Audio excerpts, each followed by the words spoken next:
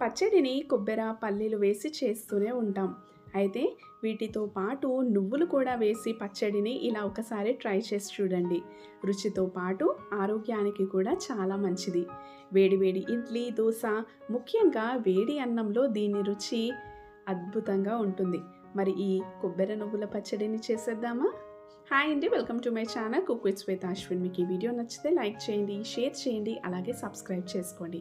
మరి ప్రాసెస్లోకి వెళ్తే ముందు స్టవ్ ఆన్ చేసుకొని దీని మీద ఒక కడాయి పెట్టుకుంటున్నాను. వేడైన ఈ కడాయిలో ఒక టేబుల్ స్పూన్ అన్ని పల్లీలు వేసుకొని పల్లీలని దూరగా వేయించుకోవాలి. లో ఫ్లేమ్లో పల్లీలు లోపలి వరకు మంచిగా రోస్ట్ అయిన తర్వాత దీంట్లో ఒక 2 టేబుల్ స్పూన్ల నువ్వులు కూడా వేసుకుంటున్నాను. నువ్వులు కమ్మటి వాసన వచ్చేంత వరకు మంచిగా చిటపటలాడేంత వరకు వేయించుకోవాలి. ఇప్పుడు ఈ పల్లీలు, నువ్వులు మనము చల్లారడానికి పక్కన పెట్టేసుకుందాం. ఇప్పుడు ఇదే వేడి కడాయిలో ఒక స్పూన్ ఆయిల్ వేసుకుంటున్నాను. ఆయిల్ హీట్ అయిన తర్వాత ఒక 2 మీడియం సైజు ఉల్లిపాయలని పొడుగ్గా కట్ చేసుకొని కాస్త ఫ్రై చేసుకోవాలి. దీంట్లోనే ఒక 5 పొడవు పచ్చిమిర్చీలని మధ్యలో కట్ చేసుకొని వేసుకుంటున్నాను. పచ్చిమిర్చి, ఉల్లిపాయలు తొందరగా మగ్గడానికి దీంట్లో ఒక పావు టీ స్పూన్ అంత ఉప్పు కూడా వేసుకుంటున్నాను.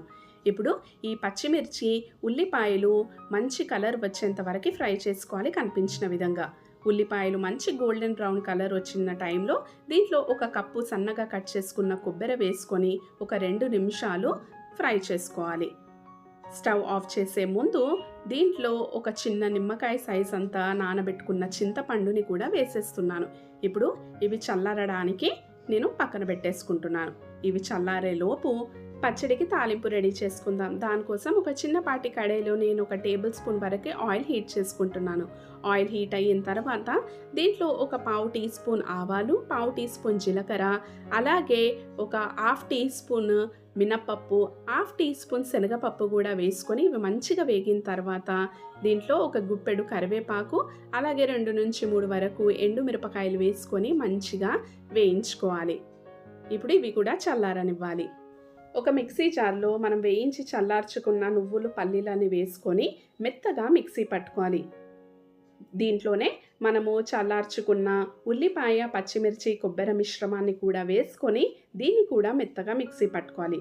అయితే మిక్సీ పట్టుకునే ముందు దీంట్లోకి రుచికి కావాల్సినంత ఉప్పు, అలాగే మనము చింతపండు నానబెట్టుకున్న నీళ్లను కూడా వేసుకొని మరి కాస్త వాటర్ యాడ్ చేసుకొని ఇలా మెత్తగా మిక్సీ పట్టుకోవాలి. చూసారా, కన్సిస్టెన్సీ ఈ మాత్రం చిక్కగా ఉండేటట్టు చూసుకోండి. అప్పుడే అన్నంలోకి, ఇడ్లీలోకి, దోశలోకి తినడానికి వీలుగా ఉంటుంది. ఇప్పుడు ఇది ఒక గిన్నెలోకి ట్రాన్స్ఫర్ చేసుకొని పచ్చడిలోకి తాలింపు యాడ్ చేస్తే మన కొబ్బరి నువ్వుల పచ్చడి రెడీ అయిపోయినట్టే.